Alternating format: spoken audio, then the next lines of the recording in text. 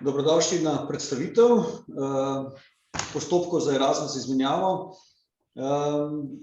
Eno splošno predstavitev smo že imeli za ostale Erasmus študente, ampak ker imate vi na kognitivni znanosti le neke posebnosti pri pripravi, predvsem pri pripravi learning agreementa, smo se odločili, da naredimo posebno predstavitev za vas, tako da ne boste zbegani ob navodilih, ki smo jih dali ostalim študentom.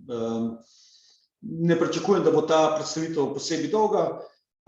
Praktično gre za isto predstavitev, se pravi, kot smo jo imeli za ostale študente, le na nekaj posebnosti za kognitivno znanost bom opozoril med samo predstavitev. Če vam kaj ni jasno, ali imate kakšno dodatno vprašanje, me kar prekinite, vmes ni potrebno čakati do konca, lahko napišete v chat. Lahko pa tudi kar začnete govoriti, pa najbolj, da kar sproti odgovarjamo na najbolj pereča vprašanja, da ne bomo potem pozabili do konca. Torej, če pogledamo, kakšne so osnovne faze priprave zdaj na vaš odhod v tujino. Prva faza izbire institucije in prijava na razpis, to je že za vami. Drugi fazi, ki se boste zdaj lotili, ali pa nekaterih se že, kar vidim po mailih, ki jih dobijamo, je priprava obrazcev na pedagoški fakulteti, postopek prijave na tuji instituciji, nekatere institucije so se vam že oglasile, boste pa morali pred poletjem začeti tudi postopek za pridobitev štipendije. Potem, če rečemo, da tretja faza je sama mobilnost, ali pa če so kakšne spremembe med izmenjavo, in potem obstaja še zadnja faza, ko pridete nazaj za izmenjave in sprovedemo postopek priznavanja. To so torej stvari, o katerih bomo zdaj bolj par več podrobnosti povedal. Kot rečeno, če vam pa kaj ni jasno, že med samo predstavitvijo pa prosim, da me kar ustavite. Torej, kot smo rekli, prva faza je že za vami, mi smo dobili pravzaprav že vnaprej seznam, kam naj bi kdo odšel na izmenjavo, nam je Toma poslal, tako da to smo preverjali, ste se vsi prijavili, kamor je treba, in smo vas tudi že začeli nominirati na tuje inštitucije. Druga faza, kot sem rekel, je priprava obrazcev, postopek prijave na tuji instituciji in postopek za pridobitev štipendije. Zdaj videli boste na tej predstavitvi, da se določene stvari ponavljajo, bom jih večkrat povedal, ampak to je namenoma zato, da se vam usedejo v spomin, da potem kasneje ne prihaja do napak. Če pogledamo še tako časovno, kako približno naj bi to izgledalo, marca, torej zdaj v zadnjih nekaj tednih, najprej smo seveda poslali imena, ki so se prijavili na razpis na univerzo, potem smo pa marca in aprila pričeli z nominacijami na tujih univerzah. To pomeni, da smo sporočili vaše osnovne podatke in čas izmenjave. Aprila, maja poteka zdaj priprava obrazcev in prijava na tujo institucijo. To je seveda odvisno, da imajo oni deadline za prijavo. In nekje pred poletjem, junij, julij, običajno študenti potem se prijavijo tudi na spletno aplikacijo Univerze v Ljubljani in zaprosijo za štipendijo. Tako da za vse te korake boste prejeli navodila s 3 strani, da tako rečem. Univerza v Ljubljani vam bo poslala pred poletjem navodila, kako, kdaj in kje se prijavite za Erasmus finančno pomoč. S tuje univerze vam bodo poslali, oziroma kolikor vem, so vam nekateri ste že prijeli navodila, kako in kje se prijavite na njihovih nekih običajno spletnih aplikacijah. Ostala navodila vam bomo pa pošiljali mi. Zdaj, kot rečeno, mi smo vas vse nominirali in nekatere univerze, mislim, da, ne vem, Budimpešta, LTD je že pošiljal navodila, kako se prijaviti. Tako da to bi morali vsi dobiti, če kdo ni prijel nobenih navodil še iz tuje institucije, ali pa jih ne bo, recimo v naslednjih 3-4 tednih, je dobro, da nam to sporočite, da preverimo, v čem je problem, ker nikakor ne smete zamuditi roka za prijavo na njihovi univerzi. Skratka, vse lahko še kaj rešujemo kasneje, če pa zamudite rok, vam pa tukaj ne moremo več pomagati. Tako da to vam res svetujem, da pozorno spremljate ali pa si preberete navodila, ki jih boste prejeli iz tuje institucije. Običajno za prijavo na tuji instituciji je potrebno naložiti learning agreement, potem potrdilo o opravljenih izpitih na pedagoški fakulteti. Tukaj vas prosimo, da pišete nam v mednarodno pisarno in ne naročate teh potrdil v referatu, ker vam bodo oni zaračunali. Mi imamo to možnost, da pač natisnemo uradno potrdilo iz VIS-a in to naredimo lahko brezplačno. Načeloma je v teh prijavah potrebno tudi naložiti dokazilo o znanju jezika. Če bodo to zahtevali od vas, mi pišite, ker vsa ta leta, prejšnja leta, načeloma imamo dogovor z partnerskimi univerzami za to kognitivno znanost, da tega ne zahtevajo oziroma sprejmejo potem moje neko e-mail pojasnilo, da mi zagotavljamo, da znate vsi dovolj angleško, tako da ni potrebno nekih posebnih potrdil nalagati. Ampak te registracije običajno grejo prek univerzitetne službe, torej ne nekega oddelčnega koordinatorja in tam se potem, se bojim, da kar vsako leto srečam s tem, da v štartu najprej to zahtevajo, potem pa jaz moram pisati neka pojasnila in potem to gre skozi. Tako da, če se bo to ponovilo tudi letos, mi pač povejte in bom ponovno spisal neko pojasnilo za tujo univerzo. Še enkrat pa natančno preberite in se držite teh rokov, ki se vam dali, ker se pravi, vse lahko popravimo, se menimo, ampak če zamudite pa ta osnovni rok za prijavo, se pobojim, da potem res ni več rešitve. Zdaj, druga faza, tudi, kot smo rekli, je postopek za pridobitev štipendije. Navodila boste prejeli strani univerzitetne službe za mednarodno sodelovanje. Običajno, če se prav spomnim, to obvestilo pride nekje junija, takrat tudi vidijo točno, kakšna bo štipendija in dorečejo postopke, ki so seveda vsako leto bolj ali manj enaki. Boste pa morali naložiti določene dokumente v spletno aplikacijo Univerze v Ljubljani, je pa to bolj ali manj so isti dokumenti, se pravi learning agreement, ki ga boste morali naložiti polno podpisanega na spletno aplikacijo tuje univerze, je tudi tukaj v tem primeru seveda treba naložiti v univerzitetno aplikacijo, ampak ta natančnejša navodila boste prejeli, jaz pričakujem nekje junija, vsaj tako je bilo do zdaj vsako leto. Tukaj imam izpisan nekaj par stavkov, par stvari, na katere vas moram posebej opozoriti, ker dostikrat potem se je skazalo v prejšnjih letih, da študenti niso natančno prebrali razpisa in so potem trdili, da ne vem, niso bili obveščeni o določenih stvareh, tako da najprej morate vedeti, da Erasmus finančna pomoč mora biti študentu izplačana pred začetkom mobilnosti. V preteklosti se je dogajalo, da je recimo študent že kar šel na izmenjavo in potem po 2-3 tednih, ko je bil na izmenjavi, začel urejati univerzitetno spletno aplikacijo za nazaj, da se bo uredil štipendijo. To nikakor ni več mogoče. To mora biti vnaprej narejeno in vi morate dobiti tudi štipendijo nakazano na vaš račun, preden odidete v tujino. Seveda, predvidevam, da se zavedate, da ta finančna pomoč ne pokriva vseh stroškov v celoti. Potem višina bo opredeljena v sporazumu o dodelitvi finančne pomoči v okviru programa Erasmus, ki jo bo študent podpisal po oddaji prijavne dokumentacije. Se pravi, ko boste vi oddali spletno prijavo za Erasmus finančno pomoč, vam bo naša univerza poslala pogodbo v podpis, kjer pa bodo natančno opredeljeni vaše obveznosti, roki, tako da toplo svetujem, da se tisto pogodbo natančno preberete in ne samo naslepo podpišete. Morate pa to narediti dovolj zgodaj, da potem pošljete podpisano pogodbo nazaj in da vam univerza potem na osnovi te podpisane pogodbe lahko nakaže že štipendijo, in ki mora biti, ponavljam, to na vašem računu, preden vi odidete v tujino. Študent, ki odhaja v tujino, še naprej prejema celoten znesek morebitne nacionalne štipendije, se pravi, to ne vpliva na vaše štipendije, ki jih imate, ne vem, Zoisovo ali pa kakšno drugo. To se ne izključuje. Zdaj ne vem, kako bo jeseni, se nam obeta spet kakšen lockdown, mi iskreno upamo, da ne, ampak vkolikor bo, vas moram opozoriti, da če študent izmenjavo opravi nadaljavo od doma, niste upravičeni do štipendije.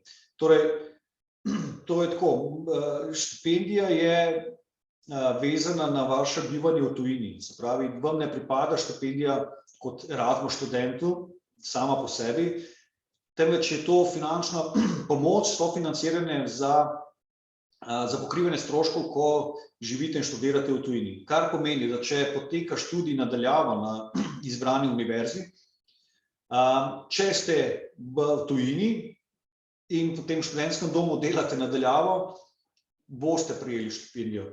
Če pa ostanete doma in delate nadaljavo od doma, pa do štipendije niste upravičeni. To zdaj samo opozarjam, jaz sicer predvidevam, da bomo končno šli nazaj na normalno in da bo vse potekalo v živo, ampak vseeno opozarjam, da vkolikor se to ne zgodilo in bo spet določene institucije zaprte in bo potekalo študij nadaljavo, se boste morali odločiti, ali boste vseeno šli v tujino ali ne. In od tega bo odvisno, ali boste prejeli štipendijo ali ne. Kot sem rekel, nekje junija vam bo univerza poslala navodila. Naložiti boste morali learning agreement, o katerem bomo malo kasneje govorili, potrdilo o vpisu ali ostale zahtevne obrazce, ki mogoče zahtevajo od vas. Pri potrdilu o vpisu jaz mislim, da noben ne bo imel težave, da bo šel tako zgodaj v tujino, da še ne bo imel potrdilo o vpisu za študijsko leto 22-23. Včasih se namreč zaplete pri nekaterih izmenjavah, recimo, če grejo študenti na, ne vem, Finsko, ko morajo iti že avgusta, in takrat seveda še niso vpisani in ne morejo priskrbeti potrdilo o vpisu. V takem primeru univerzitetna služba svetuje oziroma želi, da študent pridobi potrdilo iz referata, da izpolnjuje vse pogoje za vpis v 22-23. In potem je to tudi dovoljšno dokazilo. Ampak jaz mislim, da, če se ne motim, boste, predvidevam, vsi že vpisani v 22-23, preden boste šli v tujino. Če ne, boste morali pa zaprositi tako potrdilo, kot tukaj piše. To je taka edina alternativna rešitev. Ne sme se pa nikakor zgoditi, da vi odidete v tujino, če ste predtem izgubili status. Torej, če nimate statusa 22-23, ne boste upravičeni do štipendije in bo treba vračati jo. Tako da ni važno, da ste vpisani drugi letnik ali prvi letnik, lahko ponavljate prvi letnik, tehnično gledano, vsaj kar se tiče Erasmusa in nas, ampak morate pa imeti status, morate biti vpisani. Rok za oddajo spletne prijave na univerzi je bil vsaj do zdaj, običajno en mesec pred odhodom, pričakujem, da bodo tudi v prihodnje imeli iste roke. Ko boste enkrat vi oddali to spletno aplikacijo za finančno pomoč, boste noter tudi napisali v aplikaciji, boste morali napisati tudi, v katerem jeziku boste študirali, predvidevam, da je to angleščina v vseh primerih. In ko enkrat vpišete to, vam bo univerza tudi poslala povezavo do nekega razmeroma preprostega jezikovnega testa, OLS se to imenuje, Online Learning Support, in to je nekaj, kar mora v bistvu vsak Erasmus študent pred odhodom izpolniti. Ampak to vam bo bolj natančno razloženo tudi v navodilih, ki jih boste prejeli s strani univerze. Toliko samo vednost, da veste, kaj lahko pričakujete. Zdaj, običajni postopek na pedagoški fakulteti je za študente, da pripravijo dva obrazca. En je IŠN, individualni študijski načrt, ki je neka osnova za priznavanje po prihodu nazaj iz izmenjave. Na osnovi IŠN pa potem pripravijo še sam learning agreement, ki je del uradne Erasmus dokumentacije. V primeru študentov kognitivne znanosti tega ni potrebno narediti. Se pravi, ni potrebno delati IŠN obrazca, zato ker vi tako delate joint program in načeloma je vse vnaprej jasno. Vi delate iste predmete, ki bi jih načeloma delali tukaj, če bi tle ostala. Tako da je ta išen obrazec povsem odveč in ga v vašem primeru ni potrebno dajati. Seveda pa morate narediti learning agreement, pripraviti learning agreement, ki je osnovni dokument za Erasmus izmenjavo. Learning agreement, zdaj je ta predstavitev narejena pod predpostavko, da bomo še naprej uporabljali ta learning agreement v Word formatu. Zdaj univerze, tudi naša, že napoveduje, da bomo šli v neke online variante, ampak to mi poslušamo že koordinatorji več kot 1 leto, pa se ta rok kar premika, tako da lahko se utegne zgodi, da kakšna izmed univerz, kamor vi greste, da bo zahtevala spletni learning agreement, ampak načeloma jaz mislim, da bo večina še vedno ostala pri tem Wordu, vsaj zaenkrat. Tudi če pa bo online, sem prepričan, povsem na enak način sestavljen z isto logiko, kako se ga izpolnjuje, tako da načeloma ne bi smeli biti kaj drastično drugačnega, kot vidite zdaj tukaj v Wordu. Nekako je razdeljen, bi lahko rekel, learning agreement na 4 dele, glava dokumenta, potem je del before the mobility, ki ga izpolnjujete pred izmenjavo, potem je del during the mobility, ki je namenjen morebitnim spremembam med samo izmenjavo, in after the mobility, ki je namenjen nekako času po izmenjavi. Zdaj pa si lahko pogledamo še malo natančno, kako to izgleda. To je glava dokumenta. Pač izpolnite prosim vse kategorije, vse rubrike. Zdaj, to je praktično edini dokument, tak resen, najbolj osnovni, na osnovi katerega potem vi tudi dobite Erasmus finančno pomoč. Tako da bi lepo prosil, da si res vzamete čas in to nekako čim bolj natančno izpolnite. Recimo tale desen kvadrat gor, kot vidite, to mogoče jih izpolni 3 študenti od 100. Dobimo tudi na roke napisane, načrtane learning agreemente, ki jih zavračamo, tako da lepo prosim, da izpolnjujete elektronsko, ker res ni videti, se pravi, vi na osnovi tega dokumenta lahko dobite par tisoč evrov in je res hecno zgleda, če potem dobimo dokument, ki izgleda, kot da je nekdo na avtobus opisal in si je vzel 2 minuti časa za to, tako da ne bomo spremljali na roke napisanih. Če slučajno ne veste, kaj kje opisati, nam lahko pišete po mailu, ali pa pokličite, pa vam bomo pomagali. Tako da, to je bila glava dokumenta, to je zdaj del, ki se imenuje Before the Mobility. Kot vidite, sta 2 tabeli. V tabelo A vpišete predmete, ki jih boste opravljali v tujini, v tabelo B predmete, ki bodo pri nas priznani. Lahko jih napišete tudi v slovenščini, če želite, čeprav vi tukaj imate to lepo prevedeno v angleščini. Vi v vsakem primeru v tabelo B vpišete te 3 predmete, ki jih vidite tukaj desno, se pravi Trends in Cognitive Science in preostala 2 predmeta. Zdaj vam bom razložil, zakaj. Še tole. Na koncu seveda pišete svoje podatke, se podpišete, ter obrazec pošljete v podpis še nam. Zdaj, tukaj se je lansko leto pojavilo malo težav, ker smo malo mešali skeniran podpis z digitalnim podpisom in določene univerze tega niso sprejele. Ali se vsi podpisujemo digitalno s certifikatom ali pa vsi skenirano. Tako da tukaj edino to imejte v mislih, ko pošiljate. Pa recimo en klasičen zaplet, ki se tukaj zgodi, je, da študent izpolni learning agreement in potem pošlje learning agreement kar obema mednarodnima pisarnama naenkrat. In potem dobi nazaj seveda 2 delno podpisana learning agreementa. Tako da dajte poslati najprej enemu, ko dobite podpisan, pošljete še drugemu, tako da ne boste delali dvojno delo.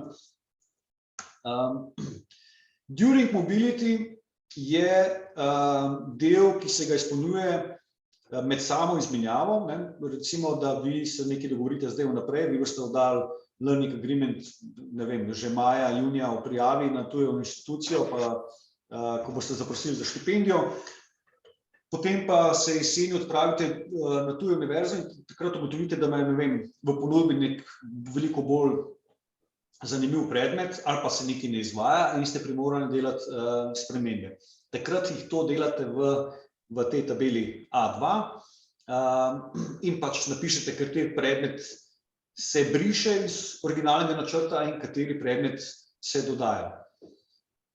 Načeloma morate sporočiti kakršnekoli spremembe takoj nam, ker vsaj tako navodilo tudi za ostale Erasmus študente iz drugih smeri, ker običajno spremembe v Learning Agreementu pomenijo tudi spremembe v dogovoru za priznavanje.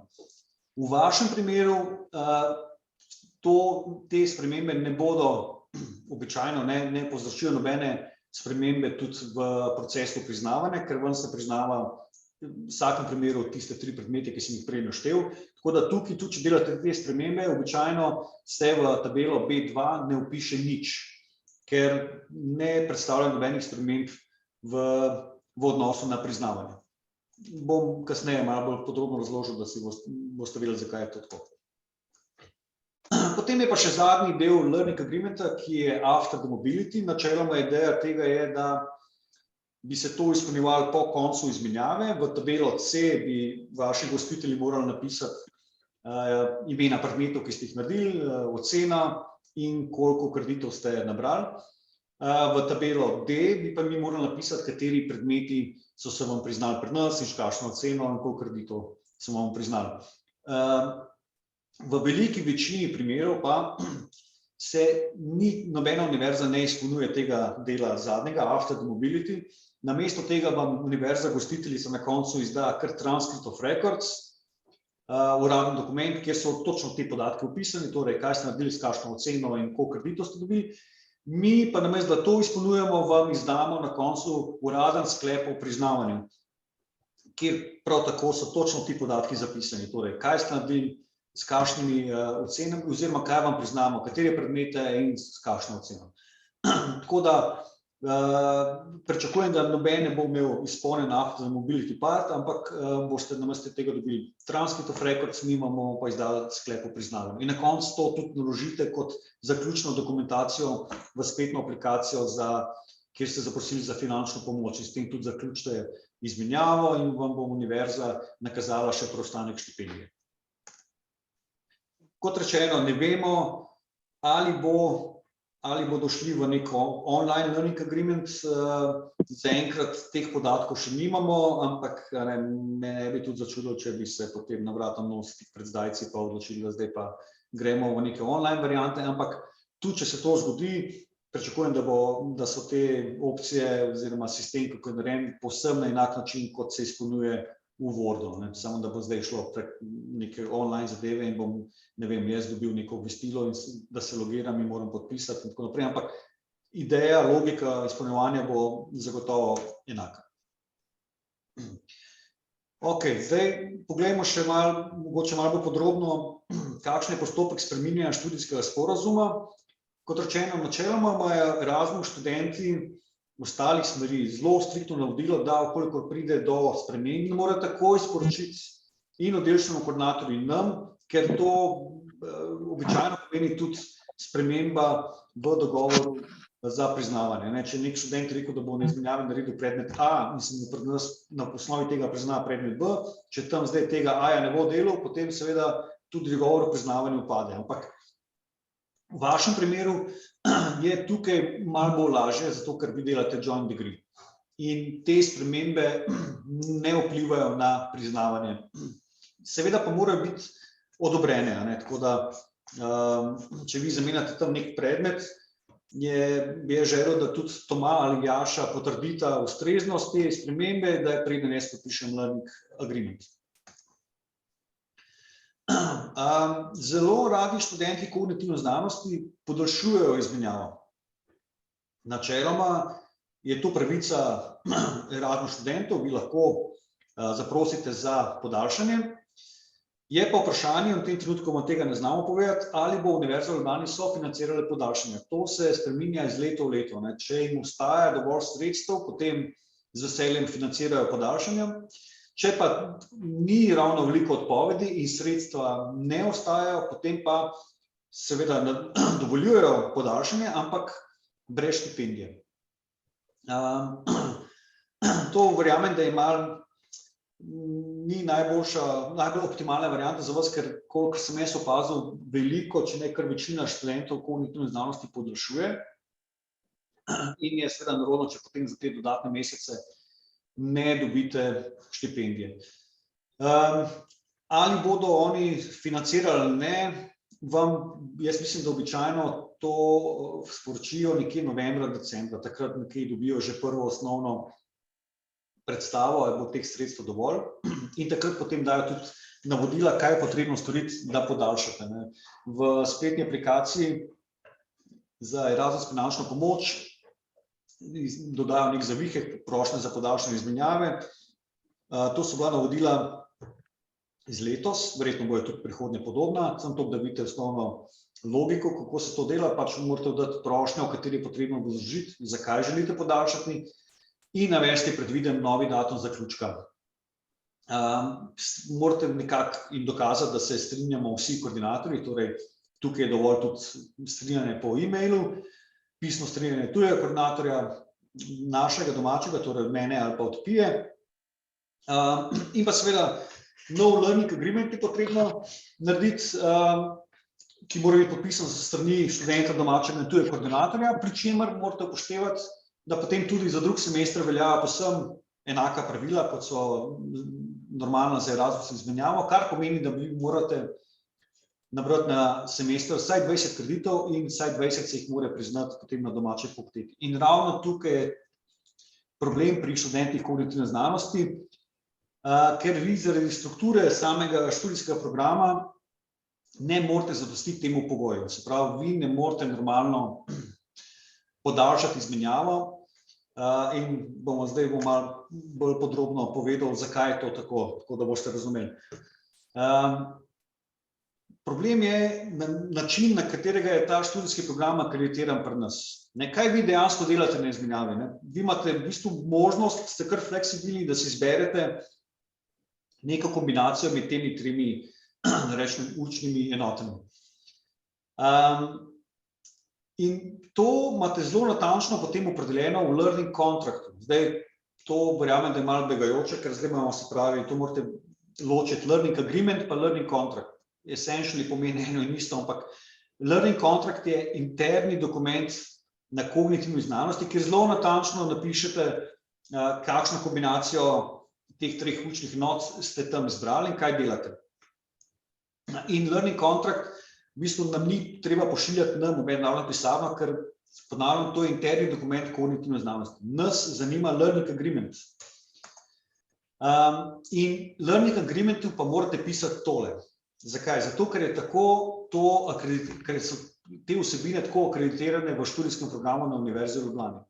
Torej, uradno, tudi pogledate v VIS-u, imate vi v 3. semestru te 3 predmete.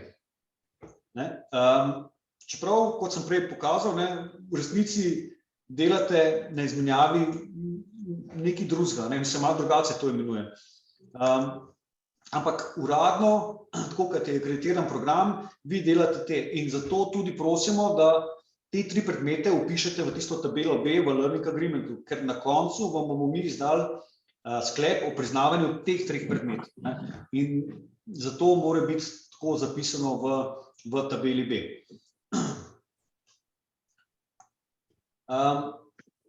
Problem je, ker imate vi potem v 4. semestru samo še master seminar, ki je 5 kreditov in pa v bistvu samo magistrsko nalogo, ki je 25 kreditov.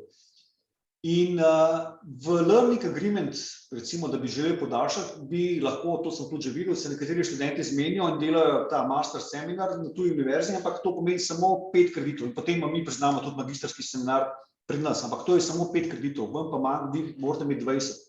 Ne morete pa pisati v learning agreement magistrsko nalogo 25 kreditov, ker preprosto vi ne boste tam naredili, niti ne boste tam zagovarjali in vam oni ne bojo mogli na koncu za transkripт of records in napisati noter, da ste vi tam naredili nalogo za 25 kreditov.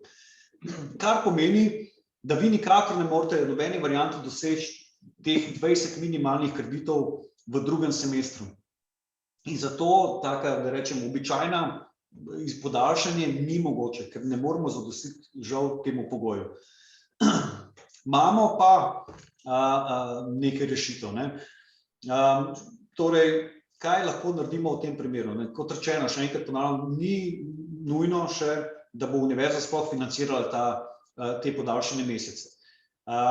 Jaz sem včasih mislil, da bi bila rešitev, recimo, ker vem, da nekateri študenti že kar naprej razmišljajo o tem, da bodo ostali dlje, da ti študenti mogoče raje že v štartu zaprosijo za daljšo izmenjavo in ki jo potem lahko še vedno krajša, ampak to žal ni sprejemljivo, zato ker univerze s konzorcija niso pripravljene sprejemati take nominacije. Vi načeloma dogovor je v konzorciju in tudi ko je mišljeno v študijskem programu, da ste vi na izmenjavi samo 3. semester, 4. pa seveda prijeti delati nazaj.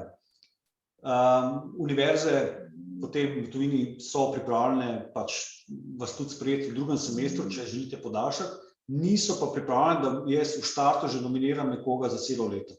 To so mi pa zavračali. Tako da jaz drugače, kot da vas nominiram za 1. semester, ne morem, potem imate pa vi opcijo za podaljšanje, je pa vprašanje, univerza bo financirala to.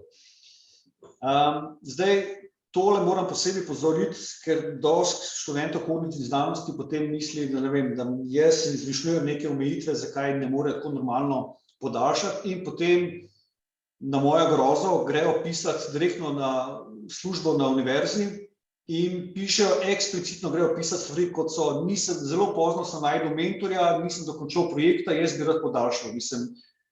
In takrat tam oni zastrižejo z ušesi, ker to ni razlog. Vi mi poveste v resnici, da ste se nekaj zadali, da boste bili v 1. semestru, zdaj pa tega niste dokončali, niste dosegli niti minimalnih kreditov, zdaj bi radi štipendijo še za 2. semester, ker ste pozno našli mentorja.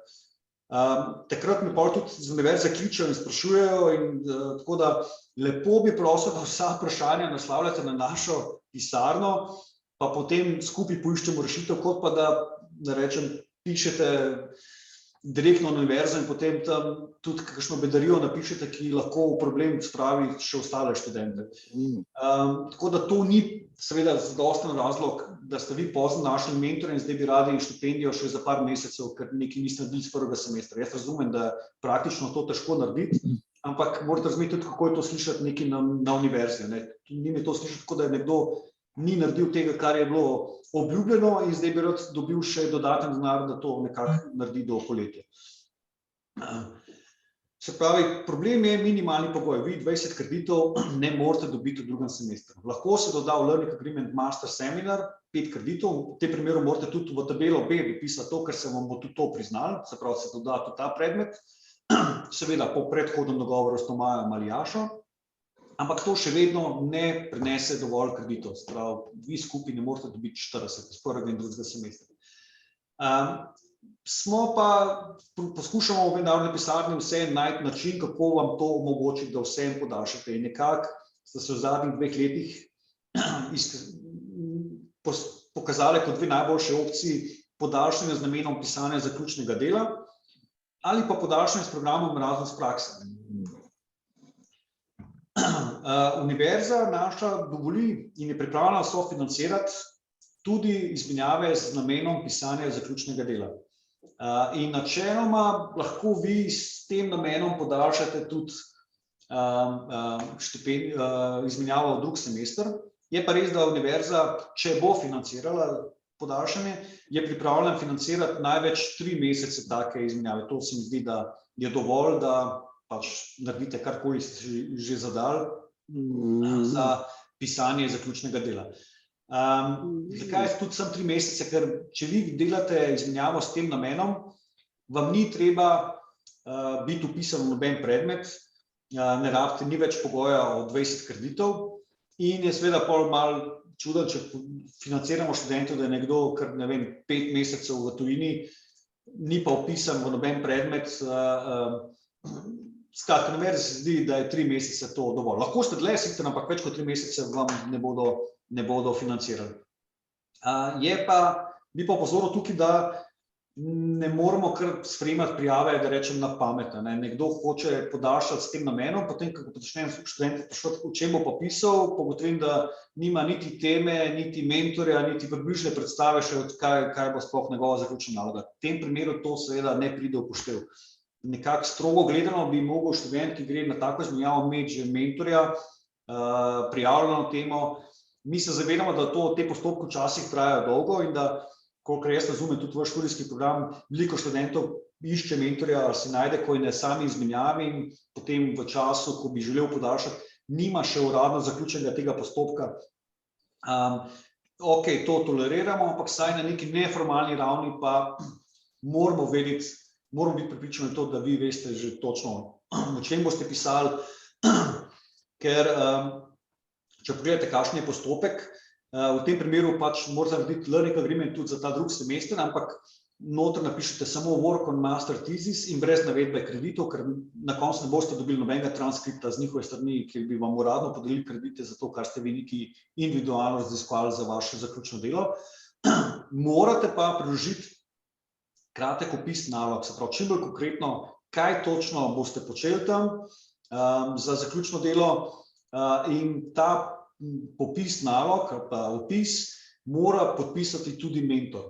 Tako se univerza prepriča, da dejansko ste vi res delali neko za zaključno delo. In na koncu, ko boste poročali o taki izmenjavi, bo tudi potrebno dati neko poročilo, spet prosto spisano, ki ga bo prav tako moral podpisati mentor. Se pravi, to je ena varianta, da podaljšate z namenom pisanja zaključnega dela. Druga varianta, ki smo jo pa tudi svetovali nekaterim študentom in so izkoristili, je pa, da so podaljšali z programom Erasmus praksa. Zdaj, tukaj bi spet prosil, da pišete meni in ne begate z vprašanjem univerzitetno službo, ker to je malo, bi rekel, sivo območje, da tako rečem. Mislim, vi, študenti kognitivne znanosti, potem, ko najdete nekega mentorja in začnete z nekim raziskovalnim delom, pogosto to delo poteka v nekem laboratoriju. Recimo, da je vaš mentor, tudi to sem opazil, lahko nek zunanji sodelavec univerze, na kateri ste na izmenjavi, in potem delate, pa načrtujete, bi radi delali na projektu s tem mentorjem, lahko da tudi na neki inštituciji, ki sploh ni na univerzi. To sem videl, da je zelo pogosto. In v tem primeru jaz mislim, da ne bi smel biti problem, da, in tudi mi se je pokazalo v preteklosti, da v bistvu prikažete to potem kot Erasmus prakso. Vi pravzaprav se pripravljate lahko na neko podobno kariero, raziskovalno, akademsko, in rečemo, da je to del priprave in skratka vi zaprosite za štipendijo, prijavite se na razpis za Erasmus prakso in dobite potem štipendijo lahko od 2 do največ 12 mesecev. Seveda tukaj si te meseci štejejo skupaj z izmenjavo. Sprav vam pripada 12 mesecev izmenjave ali prakse na stopnjo študija, in če ste recimo prej 5 mesecev na izmenjavi, v načelu to pomeni, da imate lahko še 7 mesecev na razpolago, ki jih lahko uporabite za recimo Erasmus prakso. Zdaj, Erasmus praksa, razpis je bil objavljen pred kratkim, lahko si pogledate informacije na spletni strani, smo imeli tudi predstavitev spletno, tudi to lahko najdete na Zoom predstavitev na naši spletni strani. Razlika od prejšnjih let je ta, da razpis za Erasmus prakso zdaj nima nekega roka, temveč se bodo sredstva podeljevala sproti. Tako da v nekem najbolj črnem scenariju bi se lahko zgodilo, da recimo sredstva poidejo že v časa, ko bi vi želeli podaljšati, ampak jaz to močno dvomim, ker to vseeno, vi morate malo naprej razmišljati, tako da bi rekel nekje, da vi, če bi razmišljali o podaljšanju, je to nekje verjetno februarja in takrat dvomim, da bi do takrat že pošla vsa sredstva. Ampak saj omenim, kot da je tudi to možnost. Ampak če bo vse normalno, bo takrat sredstva še na voljo in takrat bi recimo lahko, če želite podaljšati, svetujem, da nam pišete in potem skupaj pogledamo, kaj je najbolj optimalna opcija. Ker če pa delate nek projekt ali pa najdete mentorja, ki pa je res iz te iste univerze, potem moramo res pogledati, to lahko predstavimo, povprašati, kaj točno delate, ker potem pa lahko malo zastrižejo z ušesi na univerzi, ker če ste vi bili na izmenjavi, recimo na Dunaju, potem pa podaljšate takoj prakso na Dunaju, je lahko videti tako, da poskušate izigrati sistem, da tako rečem. Tako da jaz sicer mislim, da je to čisto normalno, ker vi dejansko delate neko raziskovalno delo na projektu, ki je praktično orientiranost, raziskovalno, ampak in da to je lahko Erasmus praksa. Ampak, če vi začnete pisati na univerzo in omenjati nek projekt, ki ga niste naredili z prvega semestra, zdaj bi pa radi to prodali kot prakso, seveda lahko utegne nastati problema. Tako da bi lepo prosil, da to pišete nam in potem skupaj poiščemo neko najbolj optimalno rešitev. Zato sem tukaj napisal prakso, lahko izvajate tudi na univerzi, kjer ste na izmenjavi, vendar je to res potrebno dobro pripraviti in argumentirati, da ne izgleda, kot da smo zdaj pač poiskali sem neko praktično rešitev, kako bi vam zagotovili financiranje še za drug semester. Mentor, to je tudi dostikrat vprašanje bilo, mentor zaključnega dela je lahko tudi mentor na Erasmus praksi, seveda, to ni problem. Ko pridete nazaj, morate dobiti na tuji univerzi potrdilo o opravljenih obveznosti, tako imenovani transcript of records. Zdaj lahko se bo zgodilo, da boste vi prišli nazaj, še preden vam bodo oni lahko izdali ta transkript, recimo, da ste imeli neki izpit v zadnjem tednu, ko ste tam. To ni tak problem, pač vam pošljajo ga potem po mailu lahko. Tomaju ali pa Jaši morate potem oddati tudi podpisan končni learning contract, se pravi, to je ta interni dokument na kognitivni znanosti, kjer imate zelo natančno opredeljen, kaj ste točno delali, kakšno kombinacijo tistih 3 učnih enot. In izpolniti morate kratek spletni vprašalnik o izmenjavi. To je tudi pogoj za začetek postopka priznavanja. In na podlagi teh dokumentov bo Toma ali pa Jaša pripravita predlog priznavanja in pri nas se priznavajo, tako kot sem prej omenil, tisti 3 predmeti, ki so tudi v visu, ki ste vi uradno opisani, in mi vam potem na osnovi tega izdamo sklep o priznavanju, ki ga potem vi v zadnji fazi naložite v spletno aplikacijo Univerze v Ljubljani in s tem tudi zaključite v bistvu z dokumentacijo in z izmenjavo. S tem dokažete, da smo vam priznali vsaj 20 kreditov na semester, kar je njihov pogoj. In na osnovi tega vam potem naša univerza pošlje še preostanek štipendije. Namreč vi ne dobite celotno štipendijo vnaprej, temveč 80% in potem tistih 20% dobite na koncu, ko univerza pogleda, a ste bili res na izmenjavi, a ste naredili to, kar ste napovedali, a ste bili toliko časa, kot ste napovedali, in vam potem še ta zadnji del lahko nakaže. Ok, to je bilo nekako na kratko, upam, da je bilo jasno. Če vam kaj ni jasno, lahko poiščete informacije na spletni strani naši, potem vedno ima kognitivna znanost tudi svoje spletne strani in opise. Tukaj so pa tudi naši kontakti. Po e-mailu lahko pokličete, lahko nas tudi obiščete, če ste na fakulteti. Nimamo sicer neke uradne ure, ampak sprejemamo študente kadarkoli, tako da tudi če ste nekaj izven uradnih ur, lahko potrkate na vrata in če ne delamo res nekaj posebnega, smo vas vedno pripravljeni sprejeti. Tako da, zdaj pa, če ima kdo kakšno vprašanje, kar prosim. Ja, živo, jaz imam eno vprašanje. Ja. Jaz sem se upisala na ELTE in mi smo včeraj že dobili mail. In prej, ko ste govorili o language certificate, nam so napisali, da jim moramo do 30. maja poslati application form, language certificate pa learning agreement. Dobro. Dajte mi poslati ta mail, pa bom jaz pisal, to imamo vsako leto praktično, ker to so neka defaultna navodila, ki jih verjetno pošiljajo copy-paste vsako leto. In potem posredujemo mi, napišemo, da je to itak program, ker je mišljeno, da mi že v startu gledamo to, da znate angleško in da mi garantiramo, da imate dovoljšno znanje jezika in potem običajno ni potrebno študentom nalagati nobene posebnega potrdila o znanju jezika. Ampak dajte mi poslati ta mail, pa bom jaz potem, da se lahko sklicujem nanj in pišem koordinatorju na ELTE. Ok, velja, hvala. Prosim. Še kakšno vprašanje? Zdaj, jaz bi prosil samo, da ste mogoče pri learning agreementu, če grem nazaj, bi še enkrat opozoril na tole. Kot rečeno, iz razlogov, ki sem vam zdaj razložil, vi v vsakem primeru v tabelo B upišete te 3 predmete, ker tako je tudi akreditiran program pri nas na naši univerzi.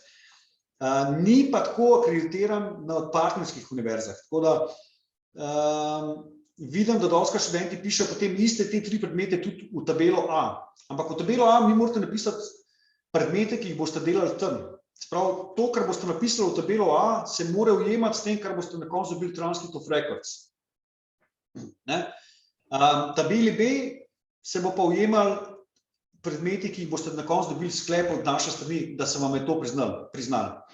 Tako da, spravim, doskrat ugotavljam, da mi študente kognitivne znanosti napišejo tudi v tabelo A kar iste te 3 predmete in potem seveda, ko to pošljajo v tuje univerze, oni začnejo to popravljati, vam nočejo podpisati, ker v bistvu oni pa nimajo te vsebine pod temi imeni in vam ne morejo podpisati tazga learning agreementa. Tako da, zato tukaj prihaja do razlik, ki vas včasih begajo. Jaz bi tukaj še nekaj vprašal, pri temu, predmeti, ki jih upravljamo v tujini, a tukaj pol napišemo samo na splošno, da bomo nek projekt upravljali v tujini, ker verjetno takrat še ne bomo vedeli, kater točno projekt bomo delali. Ja, dajte preveriti s tujim koordinatorjem, kaj tukaj upisati. Ja, mislim, to se dostikrat zgodi, da tudi vidim, da tuji koordinatorji podpišejo tak splošen learning agreement, recimo, da tako, kot ste zdaj vi povedali, da pač nek napišete projekt, in ker vidim pa, da mi te študentje običajno po kakšnem mesecu pošljajo nov learning agreement, kjer pa je očitno, da so se zdaj pa usedeli z tujim koordinatorjem, so se vmes tudi odločili točno kakšno kombinacijo bo imeli projekta pa katerega predmeta in mi pošljajo pač nov learning agreement v podpis. To se bo dogajalo, zato ker vi boste morali loviti neke roke, in če običajno je tudi tako, da vi težko, kot sem jaz samo opazil, vnaprej toliko natančno določite, prej greste v tujino, kaj boste delali. Običajno študenti pridejo tja in potem malo hodijo okrog, spoznavajo ljudi, tehtajo opcije in potem pridejo z nekim končnim načrtom, kaj bojo naredili, ki je natančno zapisan tudi v learning contractu in takrat mi običajno pošljajo novo verzijo learning agreementa, ki je in je jasno, da je tisti prvi bil narejen tako malo provizoriš, zato da v bistvu naložite ta dokument, ker ga boste mogli nalagati in pri prijavi pri njih in za prosilo za Erasmus finančno štipendijo. Tako da, če se to zgodi, bomo pač dvakrat delali. Zdaj, takrat imate v resnici opcijo, ali da naredite spremembe, da začnete delati changes during mobility. Jaz mislim, da je to smiselno, če se je spremenilo samo en predmet ali pa kaj majhnega. Če pa ste vi zdaj kompletno na novo nekaj naredili, neko kombinacijo tam, pa svetujem, da naredite kar iz nule še enkrat learning agreement, čist nov. Kot pa da je to zelo nejasno, pa mesi narejen, če vi zdaj tam spremenjate 4 predmete, pa 4 nove, pol veste, kakšna tabela pol pride pod during mobility. Tukaj pol morate 4 dati pod delete, pa 4 nove add in pol rata to zelo kaotično tudi spremljati. Tako da v tem primeru, če imate res toliko sprememb, bi jaz raje imel, da mi pošljete kar še enkrat z nule narejen learning agreement, posem na nov. Upam, da vam je to jasno.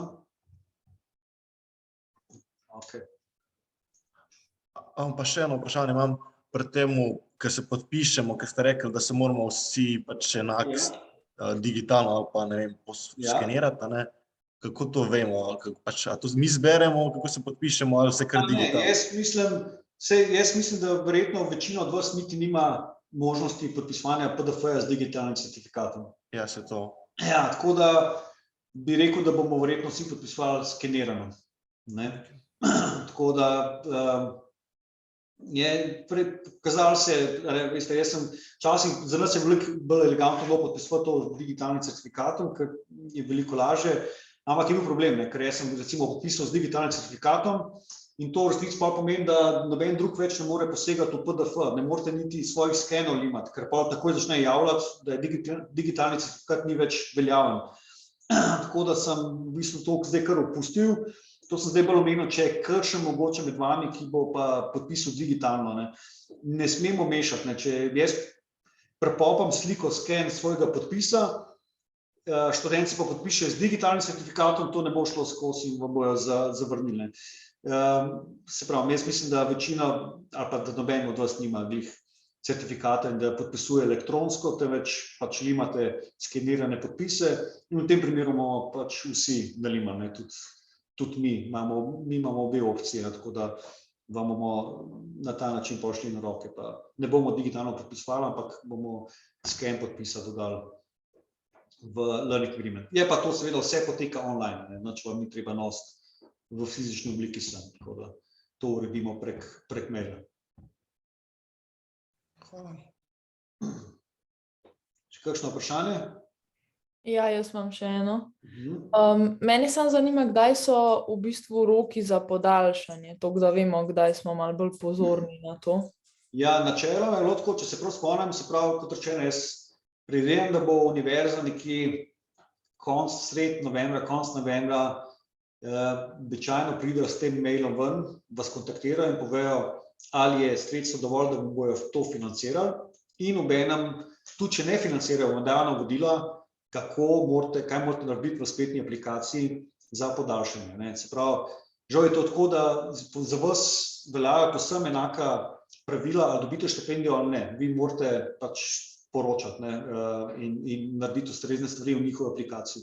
Takrat pa dobite ta navodila in če se spomnim prav, čakajte, da vidim, kakšna so bila navodila, smo mislili napisan, ker sem skopiral, kako je bilo to letos. 5 dni pred koncem prvega obdobja mobilnosti. Se pravi, če ste vi napovedali, da boste tam, ne vem, do sredine februarja, pomeni, da morate 5 dni pred koncem prvega obdobja mobilnosti v svoji spletni aplikaciji za pomoč v veliko prošnjo za podaljšanje izmenjave naložiti naslednje dokumente. To je bilo navodilo letos. Zdaj ne vem, kako bo zdaj v prihodnje s tem, ampak predvidevam, da bo nekaj zelo podobnega. Bi pa rekel, da je to res dosti pozorno, tako da je fajn, da to že prej naredite, ker če se vi odločite, nisem to, da se vi zdaj odločite, da boste podaljšali, vi morate preveriti, kot rečeno, najprej pri koordinatorju tem, ali je sploh možno, kaj bi vi tam lahko vzeli in kar pol zvite, kaj bi bilo možno vzeti. Sprav v vašem primeru to pride master seminar, praktično pa nič drugega. V tem primeru pol treba nas kontaktirati, pa mi Toma, pa Jaša, da potrdite, da se strinjata. In to včasih traja, če se vi v zadnji moment to spomnite, zdaj smo pa mi na neki službeni poti takrat, ali pa na bolniški, je hitro se kakšen teden zgodi in pol zamudite te roke. Tako da je fajn, da to malo prej začnete razmišljati, ne pa 5 dni pred koncem prvega obdobja, za katerega ste napovedali, da boste ne izmenjali. Sploh pa mislim, da morate prej, če bo financiran, ker pol pa je potrebno spet ta postopek, da oni vam morajo poslati aneks pogodbi o sofinanciranju, ki ga morate vi podpisati, poslati nazaj, potem vam oni nakažejo preostanek štipendije oziroma štipendijo še za drug semester, tako da če je financiranje, po mojem, še to bolj pomembno, da še to malo prej začnete, kot samo 5 dni pred zaključkom prvega obdobja.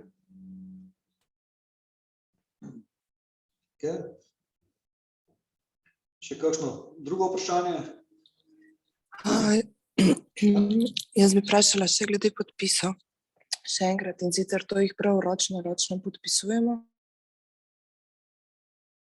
Nalimamo v bistvu. Ja, mislim, najbolj prav bi bilo, da natisnete, podpišete, pa spet poskenirate, ampak vidim, zdaj so se ljudje že, da rečem, izurili v času lockdownov, da kar popajo, da imajo skeniran podpis in ga prepopajo gor. Tako, to je tudi možno, na ta način. Zdaj tudi celo neki tuji koordinatorji tako delajo. Mi sicer, ko to naredimo, zaklenemo dokument, ali pa poskušamo nekako narediti, da pač ne morate ven potegniti podpisa pa žiga, da ne bi kdo zlorabljal tega, ampak vidim, da nekateri koordinatorji tudi kar mirno, kar copy-pastejo sliko svojega podpisa, tako da verjetno bodo v vašem learning agreementu vsi podpisani na ta način. Razen, spravno, če bojo pa kakšna univerza hotela online varianto, čeprav zaenkrat, kot sem videl, se ni tega, tam bo pa potem potekal pa verjetno pač elektronski podpis, ne v smislu s certifikatom, ampak da boste vi se logirali v portal z nekim svojim accountom in potem potrdili learning agreement in bo s tem se štelo, kot da je podpisan, ne, in mi bomo na enak način, ne. Vsak bo imel svoj račun in potem bomo podpisali pač online te learning agreemente. Če bo prišlo do tega, ne. Predvidevam pa sicer, da bomo še, vsaj pri vas, še ostali na teh Word variantah.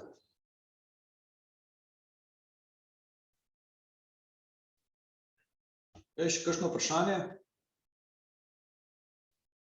Tako da, če imate karkoli dvome ali pa kaj, lepo prosim pišite nam, ne na univerzo, ker oni niso seznanjeni s to specifičnostjo vašega programa in potem, se pravi, včasih naredijo študenti samo še večjo zmedo, najbolj ta klasična napaka je, da začnejo pisati neke dolge elaborate o tem, kako so oni pozno najdli mentorja in nekaj niso naredili s prvega semestra in zdaj bi radi podaljšali, ne. To je huge red flag za našo univerzo, ne, ker pa to res ponavljam, to izpade, kot da ste nekaj, kar bi mogli narediti v prvem semestru, niste naredili in zdaj bi radi dobili denar za drug semester, ne, in potem sploh, ko začnejo seštevati in vidijo, da niti kreditov nimate zadosti, ne boste mogli dobiti 40 kreditov v obeh semestrih, to rata problematično, ne. Tako da zato iščemo te druge rešitve, kako vam to omogočiti. In kot rečeno, ena je praksa, drugo je pa podaljšanje z namenom pisanja zaključne naloge. Tako da takrat je najboljše, da nam pišete in skupaj poskušamo najti najboljšo rešitev tudi v sodelovanju s Tomajem ali pa Jašem. Upam pa, da bodo sofinancirane, no, podaljšani meseci, to bomo pa pač videli nekje novembra, decembra, boste dobili to obvestilo strani naše univerze.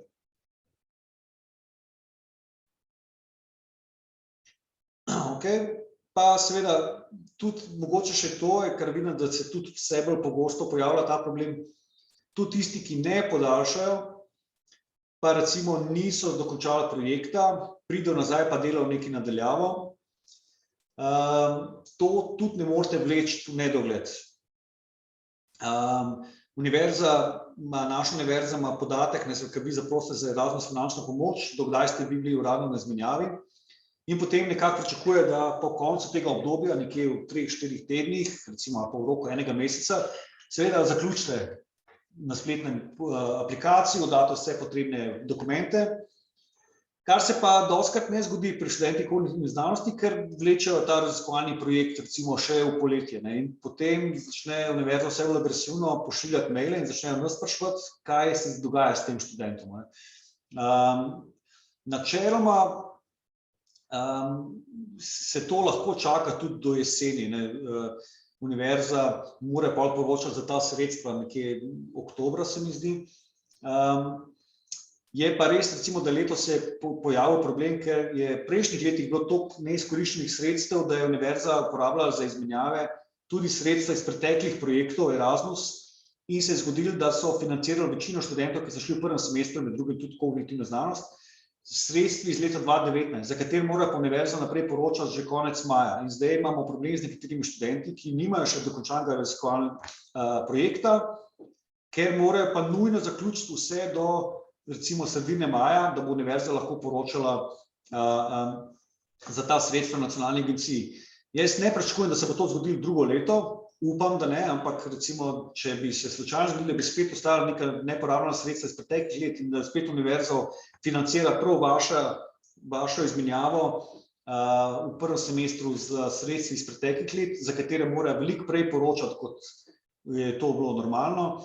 V tem primeru pa potem definitivno ne morete vleči tega poročanja čez poletje, ne. Tako da jaz bi v vsakem primeru želel pa prosil, da to nekako poskrbite, da res pridobite zadostno število kreditov tam nekje do junija, no, najkasneje, in zaključite s to dokumentacijo, ne, ker res ne zgleda, čudno zgleda, da ste vi uradno zaključili, ne vem, v začetku marca izmenjavo, potem pa mečkate s poročanjem do septembra, ali pa tudi to smo že imeli, da je nekdo do zadnjega tedna, do konca septembra čakal, preden je naložil zaključno dokumentacijo. Seveda pol vmes nas sprašuje univerza, množično začnejo ven pisati, vse bolj nervozno, kaj se dogaja in groziti s tem, da boste morali vračati štipendijo, ne. Tako da, če se le da, poskusite ne vleči tega raziskovalnega projekta mesece in mesece čez celo poletje. Ok, še kakšno vprašanje? Mi bomo tole predstavitev, smo snemali, bomo pa tudi nekam objavili, tako da lahko tudi kasneje si še enkrat pogledate, da si obudite spomin. Kot rečeno pa, če imate kakršnekoli vprašanja, pa prosim, kar najbolj, da se obrnete kar na nas. Še najbolj preferiramo po e-mailu, tako bomo potem tudi nekako zapisano, pa tudi lahko pogledamo arhiv, kaj vas je zanimalo, kaj se je dogajalo. Po telefonih imam tudi včasih izkušnje, da študent nekaj razume po svoje, sliši to, kar želi slišati in potem imamo včasih tudi kakšen problem, ampak vi ste meni rekel po telefonu to pa to, pa tega nisem rekel, tako da bomo mogoče rajši po e-mailu, ampak če je kaj bolj kompliciranega ali pa malo več se moramo pogovoriti, seveda lahko tudi pokličite, pa se slišimo, lahko imamo tudi prek Zooma srečanje, tako da to ste kar dobrodošli, da pišete kadarkoli. Ok, še kakšno vprašanje? Dobro, ok. Potem pa hvala za vaš čas. Sem vesel, da se vas je kar večina održili od tega, tako da vidite, da je to kar pomembno, tako da, ko boste enkrat skozi te postopke šli, če vam kaj ni jasno, se lahko slišimo, drugače pa vam želim srečo pri izpolnjevanju in potem tudi pri sami izmenjavi. Hvala za vaš čas. Hvala za predstavitev. Hvala. Hvala. Nasvidenje.